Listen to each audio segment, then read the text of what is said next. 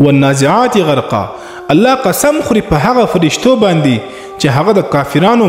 او د ګناهګاران مسلمانانو روح چې دا هغه په سختۍ سره قبض کوي، روح چې دا هغه په ډېر تکلیف سره او په ډېر مصیبت سره په ډېر درد سره دا روح چې دی هغه د مؤمن بنده څخه قبض کوي او جناه اخلي. او بل والناشطات نشطا الله قسم خوري په هغه فرشتو باندې چې هغه د مؤمن مسلمان روح چې دا هغه په نرمۍ سره او په اسانۍ سره قبض کوي. و یورز نبی کریم صلی الله علیه وسلم ومخته د صحابي زنکدن شروعلو نبی کریم صلی الله علیه وسلم اسرائیل علیه السلام ولیدي او بیا ورته ویل چې ای اسرائیل دا زما امتی دی، دا زما امتی دی، مسلمان دی، مؤمن دی، د دې سره نرمي وکړه، دې باندې تکلیف ما راوله. اسرائیل علیه السلام و رسول الله صلی الله علیه وسلم ته وویل چې یا رسول الله زه د هر مؤمن بنده سره د اسانۍ ولا معامله کوم،